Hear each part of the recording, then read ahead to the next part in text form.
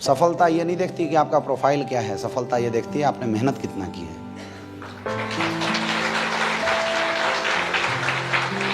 क्योंकि प्रोफाइल मेहनत से बनती है। ये सीनियर लेवल पे बैठा एक सिंगल इंसान ऐसा नहीं बोल सकता किसी के बारे में कि वो बैठे बैठे पैसा कमा रहा है। मिर्जापुर का जब बिजनेस शुरू हुआ, बाइक से हम लोग मिर्जापुर जाते थे बैठ बैठ के। दिन के सुबह निकलते, रात भर बिजनेस करते, फिर रात को आते, फिर अगले दिन निकलते बिजनेस करते, दिन भर लोगों के घर घर जाके फॉलो अप करते, फिर शाम को वापस आया करते। खाया नहीं खाया कोई नहीं पूछने वाला था। वो स्ट्रगल अगर फिल्म में बना के दिखा दिया है ना, तुम रोने लगोगे क्या किया है इन लोगों ने, कैसे बना इतना बड़ा कारवां मेरे दोस्त। ऐसी कहानियां थी एस्क्लेपियस के अचीवरों की, ऐसी है ओरिजिनल कहानी। आज इनकी चमक को देख के हमें लगता है कि ये फ्लूक में निकल गए। मैंने खुद संजीव सर को बस से बनारस आते हुए देखा था, रात भर जग के, न एसी न कुछ, उस पसीने वाली बस में बैठ के कंपनी का डायरेक्टर बनारस आके बिजनेस को डेवलप करता था। हम लोग जब बिजनेस करते थे, कई बार ऐसा होता था, मैं और गुरुजी महिपाल सर ट्रेनिंग के लिए कई बार ऐसे गए। एक सड़ी सी उस समय गाड़ी थी हम लोगों के पास, तो वो चलती कम थी, खराब ज्यादा होती थी। तो सैदपुर पहुंचने के बाद वो गाड़ी रुक गई। अब गुरुजी स्टीयरिंग संभाल रहे हैं, मैं कोट लगा के पीछे से धक्का मार रहा हूँ। फिर टायर पंचर हो जाए 2 गड्ढा के बाद, फिर कोट उतार के शर्ट, व्हाइट शर्ट मोड़ के फिर उसकी टायर चेंज करने लग जाते थे। पसीना निकल रहा है, टायर चेंज कर रहे हैं, फिर पहुंच के वहां पहुंचे, पसीना से नहा धो के फिर जोश के साथ मीटिंग करते। 2-2, 2:30 बजे तक प्लान, 3, 3:30 बजे रात तक प्लान चलता था। पकड़ लेते तो छोड़ते ही नहीं थे। बंदे ने बुलाया, सर एक बंदा लखनऊ है, गाड़ी उठाए लखनऊ सुबह सुबह। कभी नहीं सोचा, बस मौका चाहिए, बोल तू कहाँ आना है, हिंदुस्तान में कहीं भी, वहां हम लोग पहुंच जाया करते थे। ऐसा नहीं चेक के लिए दौड़ते थे हम, कभी सोचा ही नहीं कहां से चेक बनता है कहां से नहीं बनता है। गाड़ी उठाया, सीधे पहुंच गए, जाके टीम की मीटिंग किया। ऐसे काम किया है। ये जाओ, आज आपके जितने भी डायमंड एंड अबव लीडर्स आज आपको दिखा रहे हैं मेरे दोस्त, ऐसे काम किया इन लोगों ने, ऐसे मेहनत हुई है। पिछले 7 साल के अंदर ये चमक आपको केवल दिखाई देती है ऑडी, BMW, मर्सिडीज और कपड़ों के, लेकिन इसके पीछे कितने पसीने बहे हैं, कितनी संघर्ष भरे दिन गुजरे हैं मेरे दोस्त, ये किसी को नहीं पता होता। जिस दिन ये बात अपनी टीम तक पहुंचाने लगोगे ना, देखना तुम्हारी टीम तुम्हारे साथ कैसे जुड़ के काम करेगी।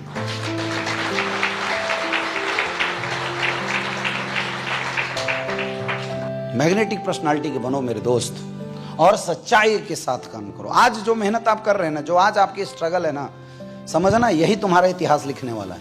कभी हम लोग रोज आते थे गुरुजी के पास, तो गुरुजी बोलते थे कि यार परेशान मत हो, ये जो आंसू है ना, ये जो कष्ट आज हम लोग झेल रहे हैं ना, ये आने वाले भविष्य में सुखद अनुभव का एहसास कराएगा। गर्व फील करोगे लोगों से बताते हुए क्या करके आगे बढ़े। हम लोग अपने जीवन में सफलता तो चाहते हैं, लेकिन उस सफलता के लिए आपने कीमत क्या चुकाया, ये बहुत मायने रखता है मेरे दोस्त। ये कहानी लिखा जा रहा है। ये जो अभी आप एमरल्ड हैं, फिर टोपाज बनेंगे, फिर रूबी स्टार बनेंगे, ये कहानी चल रहा है आपके जीवन में। जो जितनी ज्यादा मेहनत करेगा ना, उसकी कहानी उतनी बेहतरीन बनेगी, और जिसकी मेहनत, जिसकी कहानी जितनी बेहतरीन बनेगी, उसका भविष्य उतना ही उज्जवल होगा डायरेक्ट सेलिंग इंडस्ट्री में।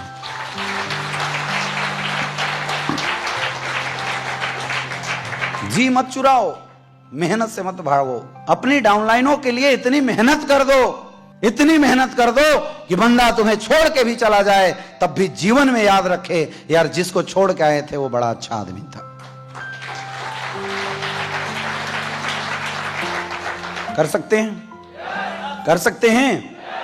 तब लोग आपसे अटैच होना चाहेंगे। फिर कोई आपको डांटने के बाद भी छोड़ के नहीं जाएगा, क्योंकि आपके अंदर एक हाई लेवल की अट्रैक्शन पावर आ जाएगी माय डियर फ्रेंड। देन समर्पण के साथ बिजनेस करना है। जो भी काम करो अपने जीवन में, समर्पण के साथ काम करो। डेडिकेशन, समर्पण होना बहुत ज्यादा जरूरी है। सफल होना है तो सफलता को समर्पित करना पड़ेगा। किसी इंसान को अगर एक अच्छा तैराक बनना है, तो सबसे पहला काम उसको अगर कुछ करना होता है तो वो है पानी के प्रति समर्पित होना। जिस दिन तक वो पानी से लड़ता रहेगा, वो कभी भी अच्छा तैराक नहीं बन सकता। लेकिन अगर वो पानी के प्रति समर्पित हो गया, उसी दिन पानी उसको ऊपर फेंकना शुरू कर देगी, वो पानी में तैरना शुरू कर देता है। वैसे जीवन में किसी भी फील्ड में सक्सेसफुल होने के लिए समर्पण का होना बहुत जरूरी है। समर्पण किसके प्रति? अपने सपनों के प्रति। समर्पण किसके प्रति? अपने अपलाइन के प्रति। जिस संस्था में आपने करियर लगाया है, उस संस्था के प्रति आपका समर्पण कितना है, इस बात से सफलता दिखेगी। समर्पण का मतलब नहीं है कि हम किसी इंसान के सामने झुक रहे हैं। आज अगर आप अपने अपलाइन के एक बातों को मानते हैं, जैसा बोलता है अपलाइन उस तरह का अगर काम करते हैं मेरे दोस्त, ये समर्पण अगर आपका अपने अपलाइन के प्रति है, इसका मतलब आप इंसान के सामने नहीं, अपनी सक्सेस के सामने समर्पित कर रहे हैं। और ये बहुत जरूरी है। जब तक समर्पित नहीं करोगे तब तक सफलता मिलेगी नहीं जीवन में। करना पड़ेगा समर्पण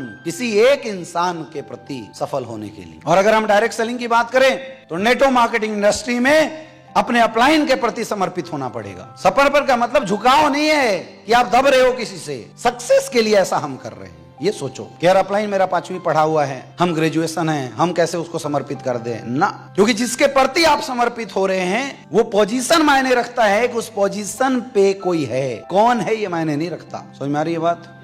अपनी बागडोर अपने अपलाइनों के हाथ में पकड़ा दो। जनरली मैंने देखा है कि हम जब नीचे लेवल पे होते हैं तब तो समर्पित होते हैं अपलाइन के प्रति, जो बोलता है अपलाइन हम करते जाते हैं। लेकिन जैसे हमारी रैंक थोड़ी बड़ी होती है, हमारी लेवल थोड़ी बड़ी होती है, ये समर्पण रूप बदल जाता है। समर्पण आपकी और आपकी टीम में ना एक कल्चर को देता है, कल्चर को जन्म देता है। अगर आप अपने अपलाइन के प्रति समर्पित होंगे तो आपकी डाउनलाइन आपके प्रति समर्पित होगी। इसलिए भी जरूरी है कि हम अपने अपलाइन के प्रति समर्पण दिखाएं। और समर्पण दिखाने का मतलब है upline is always right, upline जैसे बोले कर डालो, दिमाग मत लगाओ। ये होता है असली समर्पण। सचिन तेंदुलकर चाहे कितना भी बड़ा क्रिकेटर था, लेकिन अगर उसे मैच जीतना था तो अपनी कोच के प्रति समर्पित होना पड़े होगा। अगर वो ये सोचते कि मैं तो मास्टर ब्लास्टर हूं, मैं कोच की बात नहीं मानूंगा, अपनी मर्जी से काम करूंगा, जीवन में वो क्रिकेट के भगवान नहीं बन सकते थे। जैसे खिलाड़ी के लिए अपने कोच के प्रति समर्पित होना जरूरी है, एक स्विमर के लिए पानी के प्रति समर्पित होना जरूरी है, वैसी डायरेक्ट सेलिंग इंडस्ट्री में आपको अपने अपलाइन के प्रति समर्पित होना जरूरी है। अपना हाथ अपने अपलाइन के हाथ में पकड़ा दो और बोल दो सर तुम्हारे भरोसे जो करना है करो। अगर अपलाइन कमीना भी निकला ना तब भी टेंशन मत लेना। जो समर्पण आपने अपलाइन के प्रति दिखाया है, आपको फायदा ये मिलेगा कि आपकी पूरी टीम आपके प्रति समर्पित हो जाए। अपलाइन की जरूरत शुरुआती स्टेज में होती है मेरे दोस्त, बाद में अपलाइन का एक ही काम रह जाता है, गाइडलाइन देना। आज ये जितने भी सीनियर लीडर हैं, ब्लैक डायमंड एंड अबव, ये सारे खुद एक अच्छे ट्रेनर हैं, सारे खुद ही अच्छे बेसिक काम करते हैं, बड़े अचीवर्स हैं, लग्जरियस गाड़ियों के ओनर हैं, ये खुद ही बिजनेस को हैंडल कर रहे हैं, मुझे कुछ बोलने की जरूरत ही नहीं पड़ती। तो अगर इन्होंने मेरे प्रति समर्पित किया था तो वो समर्पण 2 सालों का था, लेकिन अब उसका फायदा ये मिलेगा कि जब तक इनकी टीम रहेगी इनके प्रति समर्पित रहेगी। कुछ दिन का समर्पण जीवन भर आपके डाउनलाइनों का आपके प्रति समर्पण को बढ़ावा दे देता है मेरे दोस्त। और ऐसी एक स्ट्रॉन्ग नेटवर्क बनता है। मैंने कई लोगों को देखा है जो कंडीशनल समर्पण दिखाते हैं। अगर अपलाइन के हम वीक लेग में हैं, अपलाइन अगर हमारे साथ काम कर रहा है तो गुरुजी, और अपलाइन गलती से हमारा वाला लेग स्ट्रॉन्ग हो गया और अपलाइन अपने दूसरे वीक लेग में लग गया तो गुरु घंटाल कौन है तू। फिर वो खुद हीरो बनने लगते हैं, खुद हीरो बनने के चक्कर में अपने डाउनलाइन के सामने अपलाइन की बुराई करने लग जाते हैं, या उसके अपलाइन के सामने अपनी सेगी बहारने लग जाते हैं। फिर हम बोलते हैं हम समर्पित हैं, गलत। आपने देखा होगा वृंदावन में या मथुरा में जब जाइए कभी, बहुत सारे ऐसे लोग हैं जो राधा कृष्ण की या छोटे कान्हा की एक एक मूर्ति लेके रखते हैं। डेली सुबह उठ के उनको खाना खिलाते हैं, डेली उनको स्नान कराते हैं, उनसे बातचीत करते हैं, उनकी पूजा करते हैं और प्रसन्न रहते हैं। मैं सच्चाई बताऊं, आज तक किसी को परमात्मा ने दर्शन नहीं दिए होंगे। वो उनकी परिकल्पना होती है जो कहानियां वो लोगों के सामने सुना देते हैं कि मेरे साथ ऐसा कुछ हुआ, वो एक परिकल्पना है, लेकिन आज तक परमात्मा ने किसी को कलयुग में दर्शन नहीं दिया होगा। लेकिन क्या समर्पण है लोगों का कि डेली 5 तरह का खाना बनाते हैं और डेली 5 तरह के खाना बना के खिलाने की कोशिश करते हैं। छोटी सी मूर्ति जो होती है उसको, वो खाए या ना खाए, लेकिन उसको टच करा के नीचे रखने का जो सुखद एहसास है मेरे दोस्त, उस चीज के लिए वो डेली सुबह 6 बजे उठते हैं, स्नान करके पूजा पाठ और पूरी तैयारी करते हैं। ये होता है समर्पण भगवान के प्रति। और ऐसे लोगों से कभी आप मिलके देखना, जब आप सामने बैठ जाओगे ना, क्या गजब पॉजिटिविटी का एहसास उनके अंदर से निकलता है। कितना भी निगेटिव इंसान ऐसे लोगों के पास, ऐसे संतों के सामने अगर जाके बैठ जाए, मैं संत ही बोलता हूं उनको, आप देखना आपका माइंड फ्रेश हो जाएगा, क्योंकि पॉजिटिव एनर्जी निकलने लगती है उस समर्पण की वजह से। समझ में आ रहा है? भगवान के दर्शन हुए नहीं हुए थे, लेकिन उस समर्पण ने इतना तगड़ा काम कर दिया, उस इंसान की खुद की आत्म छवि बदल गई। वो इंसान खुद ही परमात्मा जैसा हो रखा है आज के समय। सक्सेस भी कुछ ऐसा ही होता है मेरे दोस्त। हम लोग समझा समझा के थक जाते हैं। अपलाइन की बुराई मत करो, जस्ट अपलाइन से पंगे मत लो। लेकिन मैंने अक्सर देखा है, सबसे ज्यादा कोई अगर किसी से ज्यादा जलता है तो जस्ट अपलाइन से जलता है, जबकि सबसे ज्यादा मेहनत भी बेचारा वही करता है। याद रखना, आपके जीवन में सबसे ज्यादा अगर आपका काम कोई आएगा ना तो जस्ट अपलाइन, जिसने आपको ज्वाइन कराया है, काम आता वही है लास्ट समय में, क्योंकि उसका ना कनेक्शन आपके साथ बड़ा अच्छा होता है, उसके सामने आप निगेटिव बोल सकते हो, है ना, उसको थोड़ा धमका सकते हो, अपनी भड़ास उसके सामने निकाल सकते हो। होता है नहीं होता है? और ये भी बता रहा हूं, जीवन में जितनी बड़ी ग्रोथ आपका जस्ट अपलाइन आपके लिए करके दे देगा ना, कोई कुछ भी बोले, मैं ट्रेनिंग ही तो दे सकता हूं, ग्राउंड में आ सकता हूं आपके साथ, कौन आएगा? Just upline. जिस इंसान ने हमारे सपनों को जगाया, जिस अपलाइन ने हमारे निगेटिव माइंड को पॉजिटिव किया, जिस अपलाइन ने मेहनत करके हमें ऐसी अच्छे सिस्टम से मिलवाया, जिस अपलाइन ने इतनी अच्छी अच्छी ट्रेनिंग हमें अटेंड कराया, क्या उस अपलाइन के प्रति हमारा समर्पण नहीं होना चाहिए? होना चाहिए, नहीं होना चाहिए? तो ये जो रिश्ते आपके कभी कभी किसी कारण बस अपने अपलाइनों से खराब हो जाते हैं ना मेरे दोस्त, अगर समर्पित रहोगे तो ये रिश्ते जीवन में कभी खराब नहीं होंगे, और ये बहुत बड़ा लॉस देते हैं आपके बिजनेस को। समझ में आ रही है बात?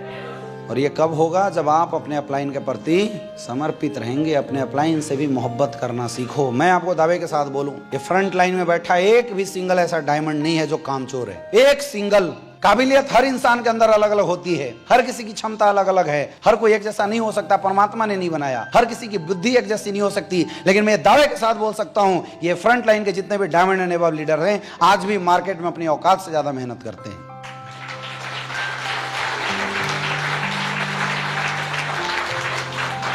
तो क्या इन अपलाइनों के प्रति हम समर्पित नहीं हो सकते? क्या इन लोगों के हाथ में अपना फ्यूचर हम नहीं दे सकते? करना मेहनत तुम्हें ही है मेरे भाई, मेहनत आप ही करोगे, अपनी जिंदगी बदलोगे आप ही, लेकिन ये समर्पण आपके अंदर बहुत बड़ी पॉजिटिविटी लाके आपको बहुत बड़ी ताकत देगा, इसलिए करना है समर्पित। एकलव्य की कहानी आपने सुना होगा, एक दिन के लिए भी द्रोणाचार्य ने एकलव्य को शिक्षा नहीं दिया, लेकिन एकलव्य ने मान लिया था कि द्रोणाचार्य मेरे गुरु हैं। क्या डेडिकेशन रहा होगा उस लड़के का, सोचो क्या समर्पण रहा होगा। प्रतिमा लगाया और प्रैक्टिस करना शुरू किया। एक बार पांडव अपना जंगल में गए हुए थे, एक कुत्ता साथ में था, कुत्ता ग्रुप से हट गया और जाके जोर से एकलव्य को देख के भौंकना शुरू किया। क्या किया एकलव्य ने? बाण मारे और कुत्ते का मुंह बंद कर दिया, एक बूंद लहू नहीं निकला। कुत्ता वापस आया, जब पांडवों ने देखा कुत्ते के मुंह में बांध भरा हुआ है लेकिन एक बूंद ब्लड नहीं निकला है। लोगों को आश्चर्य हुआ, स्वयं द्रोणाचार्य जी को आश्चर्य हुआ कि ऐसी धनुर्विद्या तो आज तक मैंने पृथ्वी में किसी को नहीं सिखाया, ये कौन धनुधर है? क्योंकि उन्होंने वादा किया था अर्जुन को सर्वश्रेष्ठ धनुधर बनाने का विश्व का। पहुंचे, देखा भील भेष में एकलव्य खड़ा था, अर्जुन की तरफ उन्होंने देखा, उन्होंने प्रशंसा करी एकलव्य की, लेकिन अर्जुन की तरफ देखा, उन्हें लगा कि मेरा दिया हुआ वचन झूठा हो सकता है। उन्होंने एकलव्य से क्या मांगा? अंगूठा। अगर तुम मुझे इतना ही गुरु मानते हो तो मेरी गुरु दक्षिणा दो। एकलव्य ने हंसते हुए बोला, बताइए गुरु जी क्या चाहिए? द्रोणाचार्य ने बोला कि अगर मुझे गुरु दक्षिणा देना है तो अपने दाहिने हाथ का अंगूठा दे दो। आपको क्या लगता है, एकलव्य को नहीं पता चला होगा द्रोणाचार्य क्या मांग रहा है? इतना बेवकूफ था क्या? नहीं पता चला होगा? पता चला होगा, नहीं चला होगा? क्या उसको ये बात समझ में नहीं आ रही होगी कि द्रोणाचार्य उसके साथ क्या कर रहा है? समझ में आ रहा था, लेकिन एकलव्य ने एक मिनट देर नहीं किया, बगल से चाकू निकाला और अपना अंगूठा काट के द्रोणाचार्य के सामने समर्पित कर दिया। ये समर्पण की ताकत थी मेरे दोस्त, कि हजारों युद्ध लड़ने के बाद भी आज भी जब समर्पण की बात की जाती है, सर्वश्रेष्ठ योद्धा की भी बात की जाती है, तो अर्जुन से ज्यादा इज्जत एकलव्य की ली जाती है, जिसने एक भी युद्ध नहीं जीते थे जीवन में।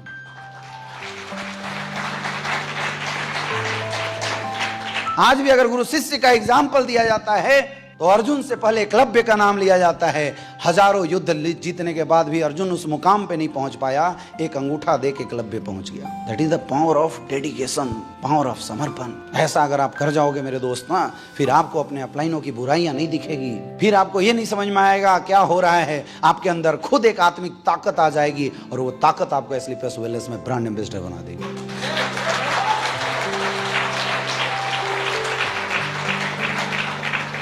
जनरली लोग क्या करते हैं, कभी भी अपलाइन या डाउनलाइन से कोई भी विवाद हो गया या अपलाइन डाउनलाइन के बीच में कुछ भी कन्वर्सेशन लूज टॉक हो गया, तो लोग क्या करते हैं, the number you have dial is switch off. थोड़ी सी क्या प्रॉब्लम आई, थोड़ा सा क्या किसी ने बोल दिया, ग्रुप से आउट, मोबाइल ऑफ, ब्लॉक। क्या ट्रेडिशनल बिजनेस में होते तो ऐसा करते?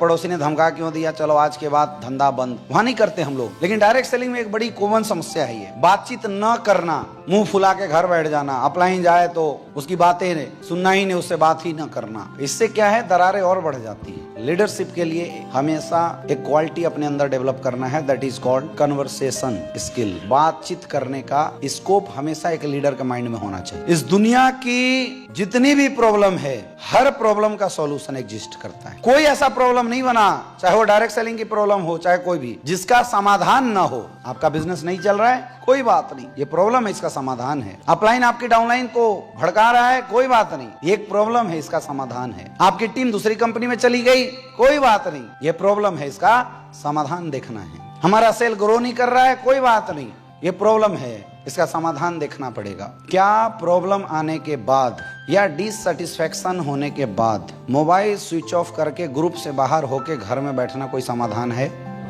तो फिर आप ऐसा क्यों करते हो?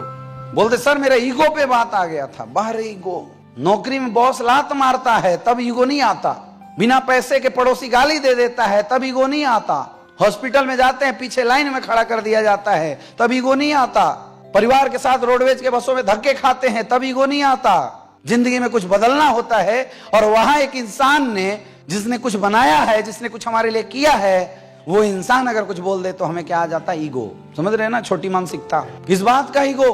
क्योंकि आप टोपाज हैं, इस बात का ईगो। क्योंकि हम रूबी स्टार बन गए, इस बात का ईगो। बोले सर मेरे अपलाइन ने मेरी टीम के सामने मुझे डांट कैसे दिया, ये मैं बर्दाश्त नहीं कर सकता। बोले पैसा सर बाद में कमाएंगे, इज्जत भी तो कोई चीज होता है, बाहर है तुम्हारी इज्जत। जब ये दुनिया इज्जत उतारती है उस समय इज्जत की याद नहीं आती, और किसी अपलाइन ने अगर गुस्से से कुछ बोल दिया तो इज्जत की याद आ जाती है। बिना टिकट के जाते थे और टीटी गेट से बाहर निकाल देता है कॉलर पकड़ के खींच के, उस समय इज्जत नहीं उतरती हमारी। अपने किसी पड़ोसी से गाड़ी मांगते और वो पड़ोसी झूठ बोल देता था, हम पैदल चले जाते थे, उस समय इज्जत हमारी नहीं उतरती थी। और जिस इंसान ने जीवन बनाया, गुस्सा अवश्य अगर उस इंसान ने कुछ बोल दिया तो हमारी इज्जत उतर जाती है। उसके बाद हम क्या करते हैं? मुंह फुला लेते हैं, ग्रुप से फटाफट आउट हो जाते हैं, फिर निगेटिव होकर घर में बैठ जाते हैं। अपलाइनों का number you have dial is busy, block list. ऐसे ही होता है ना? ये लीडरशिप की निशानी नहीं है। एक अच्छा लीडर होता है तो क्या करता है? तो वो बातचीत करेगा। एक अच्छे लीडरशिप की निशानी है हर समस्याओं के बाद बातचीत करना। दुनिया की कोई ऐसी प्रॉब्लम नहीं है जिस प्रॉब्लम का समाधान न हो अगर आपने बातचीत का स्कोप रखा तो। देखते हो देश देश में युद्ध का माहौल बन जाता है, इधर से सेना रेडी, उधर से सेना रेडी, तब तक एक न्यूज आता है अभी पाकिस्तान से बातचीत करने की कोशिश की जा रही है। जब देश के झगड़े बातचीत से खत्म हो सकते हैं मेरे दोस्त, तो हमारे और आपके क्या लफड़े इतने बड़े हैं कि बातचीत से नहीं खत्म होंगे? हमेशा जीवन में नोट कर लो, कुछ भी प्रॉब्लम आए, कैसी भी दिक्कत आए, सब करना, गुस्सा हो जाना, नाराज हो जाना, लेकिन अपलाइन का नंबर ब्लॉक मत कर देना। क्योंकि नंबर ब्लॉक कर देने से, ग्रुप से आउट हो जाने से, सबसे पहली बात आपने अपने डाउनलाइनों के माइंड में डाल दिया कि अपलाइन से नाराज भी हुआ जाता है। इसका लॉस जीवन में कभी आप भर नहीं पाओगे, खास करके उस समय उस ग्रुप में जो आपकी डाउनलाइन हो गया। आप बाद में तो मान जाओगे, लेकिन ये जो कल्चर आपने डाला ना, ये कल्चर जीवन भर आपको नेटवर्क में परेशानी देता रहेगा। दूसरी चीज, हमेशा हमें कोशिश करना है कि जिस वजह से भी हमारे रिश्तों में खटास आई हो, बैठ के एक बार बातचीत जरूर करें। हमेशा ये बातचीत ना करने की वजह से, क्योंकि देखो आपस में अगर खटास है तो वो खटास खत्म भी हो सकता है बातचीत करने से ही। अगर आपको अपने अपलाइन की किसी एक्टिविटी में अच्छी बात नहीं लगी तो जाओ मिलो अपलाइन से, सर मैं मिलना चाहता हूँ आपसे। मान लो अपलाइन गुस्से में नहीं सुन रहा है तो उसके ऊपर अपलाइन को फोन करो, सर मुझे सर के साथ बैठना है, आप बैठाओ। ऊपर का अपलाइन तो बैठा देगा दोनों को, और दोनों बैठो और फिर बातचीत करो, डिस्कस करो, क्या बात थी सर, आपने ऐसा बोला क्यों, क्या बात रही सर बताइए। बातचीत करने से बड़ी बड़ी समस्याएं चुटकी में सॉल्व हो जाती है। मुंह फुलाने से समस्या और बड़ी होती चली जाती है। कभी भी कोई भी प्रॉब्लम आए तो प्यार से बातचीत करो, प्यार से, मुंह फुला के नहीं, प्यार से। सर मेरे को ना एक आपसे सर 5 मिनट मिलना है। ठीक है आइए जी बैठिए। सर सब कुछ बहुत बढ़िया है सर, और आपके आशीर्वाद से बहुत कुछ हुआ, लेकिन उस दिन सर जो बात आपने बोली थी ना गुरुजी, मुझे सर दिल से बड़ा हर्ट किया, अच्छा नहीं लगा सर। अगर एक अच्छा सीनियर होगा ना तुम्हें सॉरी बोलेगा, लेकिन तुम और भड़का देते हो। इस तरीके से अगर बात करोगे ना, अगर उसने गलती किया होगा ना सीनियर, तुम्हें सॉरी बोलेगा, झुक गया ना अपने आप। जब प्यार से झुकाया जा सकता है तो मुंह फैला के रिश्ते क्यों खराब करना, है ना? इसलिए ये क्वालिटी अपने अंदर डेवलप कीजिए। ऑलवेज कन्वर्सेशन स्किल डेवलप करना, हमेशा बातचीत करना। चाहे डाउनलाइन से कोई प्रॉब्लम हो, उससे बोलो सर मिलो, आओ बैठते हैं। उसके घर जाओ, मिलो। कोई दूसरी कंपनी में चला गया और उसको लताड़ो मत, मिलो सर, मिलो तो एक बार बैठते हैं, बातचीत करो, समझात। बुद्धि भ्रष्ट होगी तो ऐसे भी नहीं आएगा। बोलते हैं जब काल मनुज पे छाता है पहले विवेक मर जाता है। तो जिसकी बुद्धि भ्रष्ट होगी वो तो ऐसे भी नहीं आएगा, लेकिन एटलीस्ट आप संतुष्ट रहोगे क्योंकि आपने बातचीत तो किया था, आपने प्रयास तो किया था, आपने फॉलोअप तो किया था। इसलिए always develop conversation between your upline and downline in any situation. कोई भी कंडीशन, बातचीत करने का तरीका जरूर आजमाएं। मेरी टीम में एक बहुत अच्छा लीडर था। 2016 में जब हम लोग बिजनेस में आए, वो भी आया। बिजनेस है, किसी का अप, किसी का डाउन, किसी का उठता है, किसी का गिरता है। उस समय हम लोग सब लोग उसी फिराक में थे। मैं भी 2000-5000 की चेक पे स्ट्रगल कर रहा था, उसकी भी हालत वैसी थी। तो जब बिजनेस नहीं हुआ, थोड़ा उसका लेट उठा, टीम बनी टूट गई, तो बहुत निगेटिव रहता था, टाइम टू टाइम बहुत निगेटिव हो जाता था। मतलब अभी अगर वो रहता हमारे बिजनेस में तो कम से कम रॉयल डायमंड तो पक्का था, मुझे पता है, काफी अच्छी क्वालिटी थी। वैसा क्वालिटी वाला लड़का था कि अगर किसी के सामने उसको बैठा दो तो या तो उसका मर्डर कर देता या तो डीडी ले लेता, ऐसा आक्रामक था। एक बार वो किसी का फॉलोअप करने गया और कल प्लान किया, आज बात थी डीडी की, आज गया तो पता चला उसका बाप मर गया। पूरे दिन अर्थी के पीछे मुर्दा घाट पे पहुंच गया, साथ में मिलके बॉडी जलाया। अब जब वो जैसे ही रोना शुरू किया तब पहुंच के जाके उसका फॉलोअप शुरू किया, सर देखो पापा लास्ट स्टेज में है, अब सर दुनिया में कुछ क्षण उनके बचे हुए हैं, ये भी जल के भस्म हो जाएंगे। उनकी लास्ट इच्छा थी कि तुम बिजनेस करके डायमंड बनो, अभी अगर पैसा दे दोगे सर तो पापा जीते जी देख लेंगे। उनके बेटे ने शुरुआत कर दी, निकालो 16,000 रुपए। ऐसा बंदा था वो,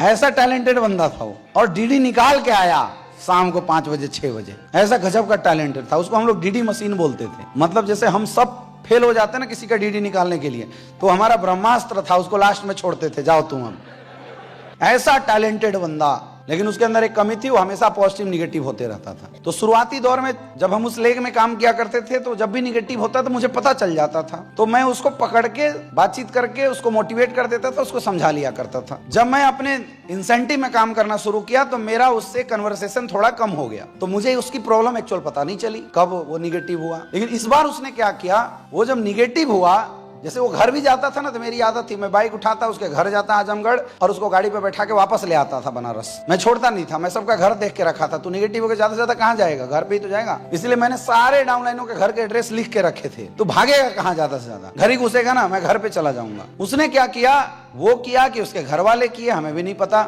उस बार जब वो निगेटिव हुआ तो मुझे पता चला 2-3 दिन बाद। मैं उसके घर गया निगेटिव हुआ तो सबसे पहले उसने क्या किया, अपना फोन जो है वो स्विच ऑफ कर दिया और मेरा नंबर ब्लॉक। पहला काम उसने ये किया। और दूसरा काम किया कि वो घर से छोड़ के अपने किसी रिश्तेदार के यहाँ भाग गया 2-3 महीने के लिए। उस बार जब उसने ऐसा किया तो मैं गाड़ी उठाया, मैं उसके घर गया। जब मुझे पता चला कि ये बंदा निगेटिव हो गया, मैं गया उसके घर। अब धीरे धीरे क्या होता है डायरेक्ट सेलिंग में, जब बिजनेस का लोड बढ़ते जाता है तो इतनी रिस्पॉन्सिबिलिटी होती है। अब फोन उठा नहीं रहा है, मैं बराबर ट्राई कर रहा हूँ। उसका घर गया तो हुआ नहीं, तो और बिजनेस उस समय बड़ा, हम लोग भी स्ट्रगल में थे। हम भी अगर इतना ध्यान पीछे पड़े रह जाते तो हमारी खुद की चेक नहीं आती, तो हम भी बाइक के लायक नहीं होते। कुछ दिन के बाद क्या, वो छूट गया बिजनेस, मतलब वो बंदा ही छूट गया हमसे, वो छूटता चला गया। 2023 में उसका कॉल आया, अभी इस बार मैं कहीं से आ रहा था, उसका कॉल आया मेरे पास और रोना शुरू किया। लिटरली बता रहा हूँ, रोना शुरू किया। बोले यार मैंने जिंदगी में सबसे बड़ी यही गलती कर दी कि मैंने तेरा नंबर ऑफ कर दिया।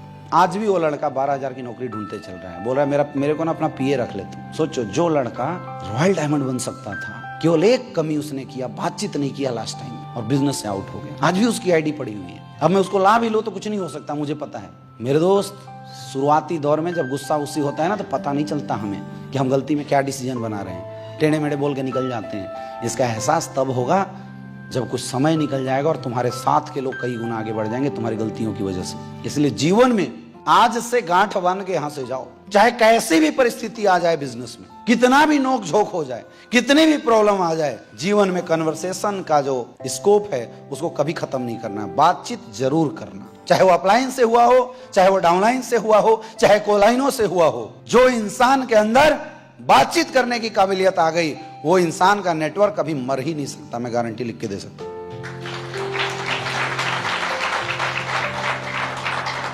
इसलिए खुद की काबिलियत ना अपने मुंह से नहीं बोलना, हमेशा अपलाइन की काबिलियत का बखान करते रहो, तुम्हारी डाउनलाइन तुम्हारा बखान खुद कर देगी। ये क्वालिटी डेवलप करेंगे। देन एजुकेशन, ऑलवेज अपग्रेड करो अपने आप को, और बेसिक पे अपग्रेड जरूर करना। अच्छा प्लानर बनो, अच्छा फॉलोअप करना सीखो, अच्छी काउंसलिंग करना सीखो, टीम को लगातार प्लानिंग देते रहो। 8 स्टेप ट्रेनिंग नहीं आ रही है, उसको तैयार करो। यहाँ कोई परफेक्ट पैदा नहीं हुआ, कमियां हम में भी है, कमियां आप में भी है। फर्क सिर्फ इससे होता है कि किसने अपने अंदर की कितनी कमियों को खत्म करने की कोशिश करी, बस। इसलिए इस हीन भावना से कभी नहीं ग्रसित होना है कि यार हम में तो इतनी कमियां हैं ना।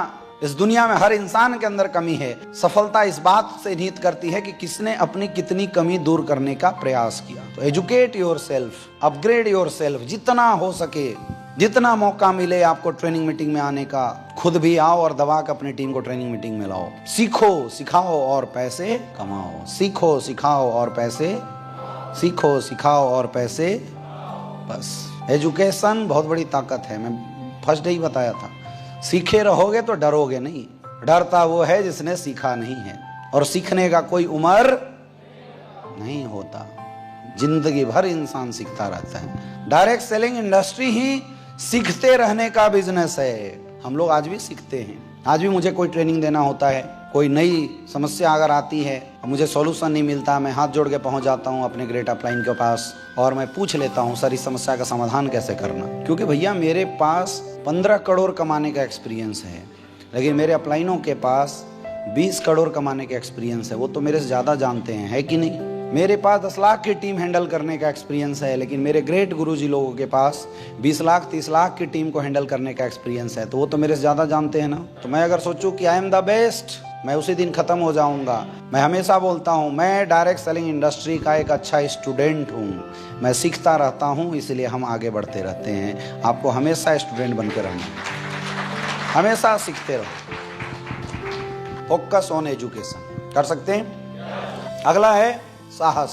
ये लीडरशिप की बहुत ही अनमोल क्वालिटी है। करेज, हिम्मत होनी चाहिए आपके अंदर, कुछ भी करने का जज्बा होना चाहिए आपके अंदर। और ये हिम्मत वही दिखा सकता है जो इंसान कंफर्टेबल जोन से बाहर आके बिजनेस करे। डर डर के धंधा मत करो। डर डर के धंधा करना आपको बहुत बड़ा लॉस दे सकता है। डर डर के बिजनेस नहीं करना, हमें हिम्मत दिखाओ। बिजनेस की डिमांड जो बोलती है उस डिमांड को पूरा करना है। कई बार मैंने सुना है जब हमारे लीडर रूबी स्टार बन जाते हैं, सफायर बन जाते हैं, तो आपका अपलाइन आपको गाड़ी लेने के लिए बोलता है और हमें लगता है कि अपलाइन हमें फंसा रहा है। आप मुझे बताओ, अपलाइन का भी तो परिवार है और अपलाइन की चेक की वजह कौन है? आप ही लोग तो हैं। तो क्या कभी अपलाइन अपने परिवार के पेट पे लात मारेगा? तो फिर ऐसा आप क्यों फील करते हो कि अपलाइन गाड़ी लेने के बोल रहा है तो हमें फंसा रहा है? समझो, हमारे बिजनेस में जो धंधा है ना, लोगों का बिजनेस है। हमारी आपकी कोई ऑफिस नहीं होती, होती है क्या? हमारा आपका कोई शोरूम नहीं होता। अपने धंधे के शोरूम हम खुद हैं। नेटवर्क मार्केटिंग में नेटवर्कर खुद बिकता है। जब आप में दम दिखता है तब लोग आपके पीछे करियर लगाते हैं। जब आप अच्छे लीडर दिखाई देते हो तब लोग आपके पीछे चलते हैं।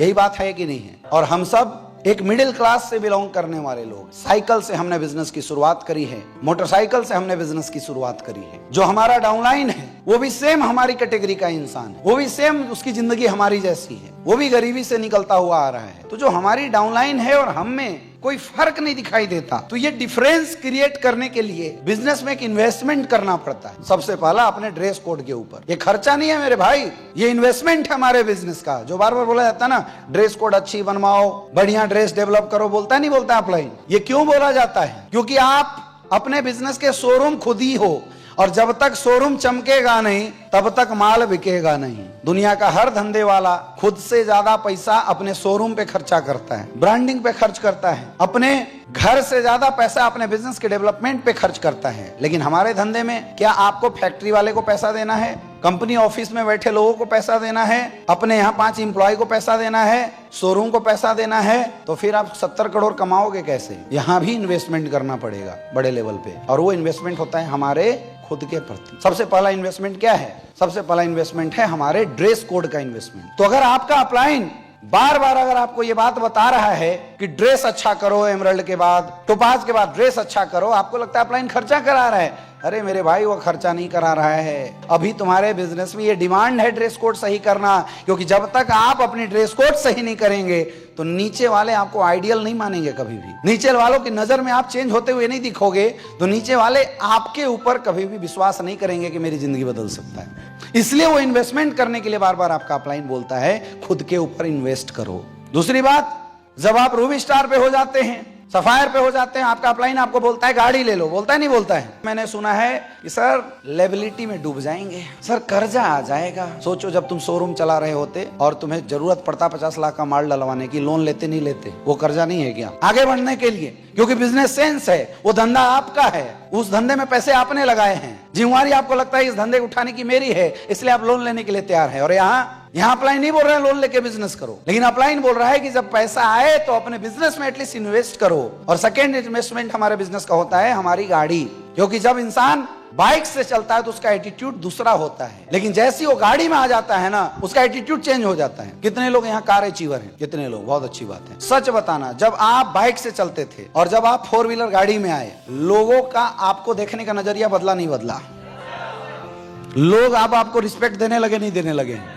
पहले लोग जैसे बात करते थे, आज उनकी बातचीत की भाषा आपके प्रति बदल गई, नहीं बदल गई? समझ में आ रही बात? ये लेवलिटी नहीं है, ये हमारे बिजनेस का इन्वेस्टमेंट है, रिक्वायरमेंट है। और जो इंसान टाइम पे रिक्वायरमेंट पूरा नहीं करता है, उसकी एक एक रैंक निकलने में 2-2 साल लग जाते हैं। फिर वो बोलता है गुरुजी हम पीछे छूट गए। तूने धंधे की डिमांड नहीं पूरा की तो धंधा तुम्हारा डिमांड कहां से पूरा करेगा? मेरे भाई, दुनिया में बिजनेस कभी भी ये नहीं देखता तुम कितना कर्जा लेके आए हो। बिजनेस ये देखता है कि जो मेरी डिमांड है पूरा कर, और करना पड़ेगा, चाहे कर्जा हो चाहे ना हो।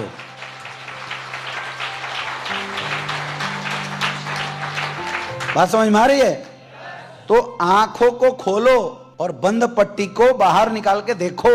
ये जो अपलाइन समझाता है, नियत गलत नहीं है रे भाई, तुम गलत नियत से सोच रहे हो, कोई आपको उलझाने नहीं आया है। वो आपके बिजनेस की एडवाइस देता है अपलाइन, कि आपको क्या करना चाहिए और क्या नहीं करना चाहिए। अपलाइन बोलता है डायमंड लेवल पे आने के बाद लग्जरियस गाड़ी में आ जाओ, लेकिन हमारे बहुत सारे ऐसे महान डायमंड हैं जो लोग लग्जरियस गाड़ी में नहीं आते, वो जिद मचा के बैठे रहते हैं, नहीं गुरुजी 14 लाख आया है। अच्छा, मैं अक्सर देखता हूं जब हम नीचे लेवल पे होते हैं तो हमारे एडवाइजर होते हैं अपलाइन, और जैसे लोगों का लेवल बड़ा होने लगता है उनके एडवाइजर चेंज हो जाते हैं। फिर उनके एडवाइजर कौन होती है? बीबी। फिर एडवाइजर हो जाता है साला, फिर एडवाइजर हो जाता है काका। अरे तब वो काका कहाँ था जब रोड के ऊपर घुमा करते थे? तब बीबी की एडवाइस कहाँ थी भाई जब तुम 10,000 की नौकरी किया करते थे? जैसे पैसे कमाए, एडवाइजर कौन बन गया? बीबी। मैं देखता हूँ सफायर रैंक का लीडर, पैसा आया, क्या कर रहे हो भाई?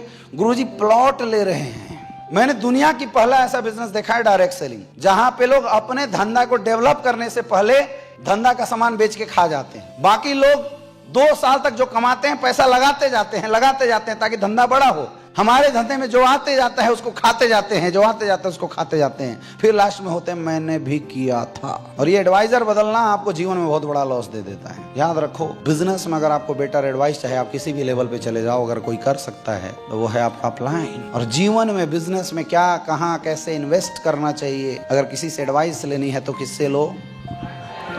ये जो बीच में तुम्हारे एडवाइजर घुसे हैं ना, वही तुम्हारी बर्बादी के कारण है। अगर तुम्हारे रैंक 6-6 महीना तक रुके हुए हैं ना, इसके सबसे बड़े रीजन वही तुम्हारे बीच वाले घर वाले जो एडवाइजर घुस गए हैं, वही हैं सबसे बड़े रीजन। डायमंड बना, 10 लाख रुपया आया, क्या कर रहे? घर खरीद रहे हैं गुरुजी। बिजनेस खराब हो जाता है। क्यों? क्योंकि हमारा एडवाइजर कोई और बदल गया थोड़ी देर में। इसलिए इसको बोलते हैं रैंक काउंसलिंग, और ऑलवेज करवाते रहा करो। कभी भी कोई भी रैंक अचीव करो जीवन में, एक मिठाई का डब्बा और एक बुके लेके अपलाइन से मिलो और पूछो, गुरुजी ये 3,60,000 आया है, क्या करना है? 8,20,000 आया है सर, बताइए क्या करना है? तब अपलाइन आपको बेटर एडवाइस देगा। याद रखना, ये दुनिया तुम्हारे सफलता के पीछे एडवाइस देने आते हैं। जब तुम असफल थे, स्ट्रगल कर रहे थे, ये कोई मामा फूफा ताऊ जीजा कोई नहीं तुम्हारा साथ दिया था क्या? देता तो तुम ब्लैक डायमंड थे ना, तो ब्लू डायमंड होता। साथ नहीं दिया था, उसको भरोसा नहीं तुम्हारे ऊपर था, भरोसा था अपलाइन को। तो एडवाइजर जीवन में अगर रखना है ना, तो किसी एक इंसान को रखना, दैट इज योर अपलाइन।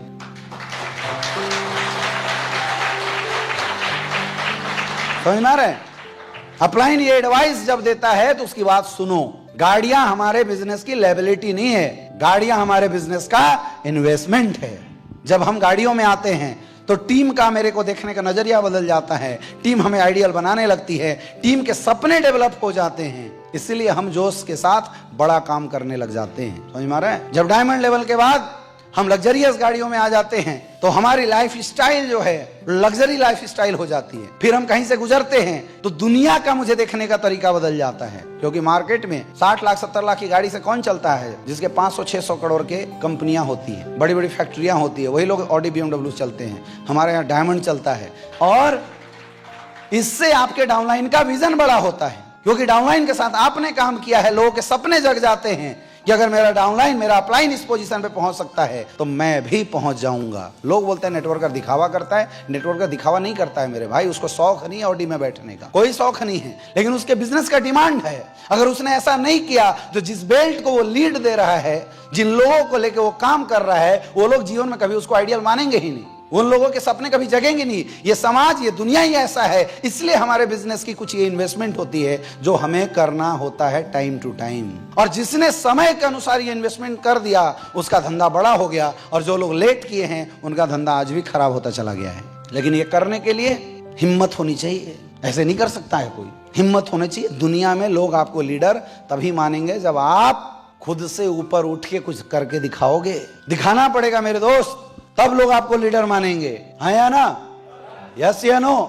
अरे एक बार ड्रेस कोड सही कर लो, छोटी गाड़ी में आ गए, डायमंड के बाद एक बार लग्जरियस गाड़ी में आ गए, उसके बाद डायरेक्ट सेलिंग में कुछ नहीं है, क्योंकि उसके बाद आप हेलीकॉप्टर में भी आ जाओगे ना तो ज्यादा फर्क नहीं पड़ेगा बिजनेस में, क्योंकि हमारी प्रोफाइल हेलीकॉप्टर से प्रभावित नहीं होती है। हम जिस प्रोफाइल में बिजनेस कर रहे हैं उसको हेलीकॉप्टर से लेना देना नहीं है, वो प्रोफाइल बस लग्जरियस गाड़ी तक ही देख पाती है। और उतना दिखाने के लिए अगर हमने अपने ऊपर खर्च कर दिया, अपने शोरूम पे खर्च कर दिया, तो समझ लो हमारे धंधे की डिमांड पूरी हो गई। अब जो पैसा आएगा बनाओ ना यार उसका घर, अब जो पैसा आएगा बनाओ ना यार उसका बंगला, अब जो पैसा आएगा दो ना यार बीबी को गहने, अब जो पैसा आएगा उसे आप खरीदो ना पुरखौती नहीं, पुरखौती के बाप की जमीन, चाचा दादा ने जो लूट लिया वो सब भी डबल पैसा दे के खरीदो। करना क्या है उसके बाद?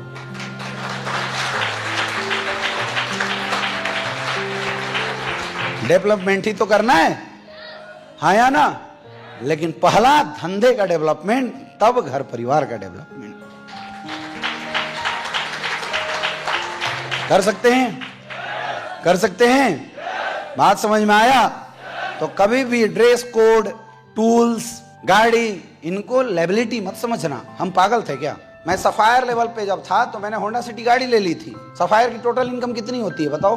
12-15 लाख रुपए, यही होता है ना? और उस समय मैंने 16-17 लाख रुपए की गाड़ी ले लिया था। बेवकूफ नहीं थे मेरे भाई, मेरे उस समय मेरे धंधे की डिमांड थी गाड़ी। मैं नहीं लेता ना तो मैं 6 महीने में स्टार सफायर नहीं बनता। तुम बचा लेते हो तो 2 साल में स्टार सफायर बनते हो, मैंने नहीं बचाया तो 6 महीने में 8 लाख रुपए कमा लिया। धंधे का डिमांड था। मैं जब ब्लू डायमंड बनने ही वाला था उस समय मैंने जगुआर गाड़ी ले ली थी। ब्लू डायमंड की टोटल इनकम कितनी होती है? लगभग 1 करोड़ होती है। तो 1 करोड़ में 16 लाख की होंडा सिटी और प्लस 85-86 लाख की गाड़ी जगुआर, टोटल 1 करोड़ की गाड़ी हो गई। जितना कमाया उतना पैसा उठा के किस में डाल दिया? गाड़ी। और दोनों गाड़ियों की किस्त आती थी वो अलग। मैं बिजनेसमैन था, मुझे पता था अभी जो इन्वेस्ट करूंगा यही पलट के आएगा, इसलिए मैंने इन्वेस्ट किए। और ये नतीजा है मेरे दोस्त, या 7 साल के अंदर 15 करोड़ से ज्यादा की इनकम आ चुकी है स्लीपियस वेलनेस से। ये इन्वेस्टमेंट था बिजनेस का, इसलिए आज ये अचीवमेंट आई है। नहीं किया होता तो नहीं आता।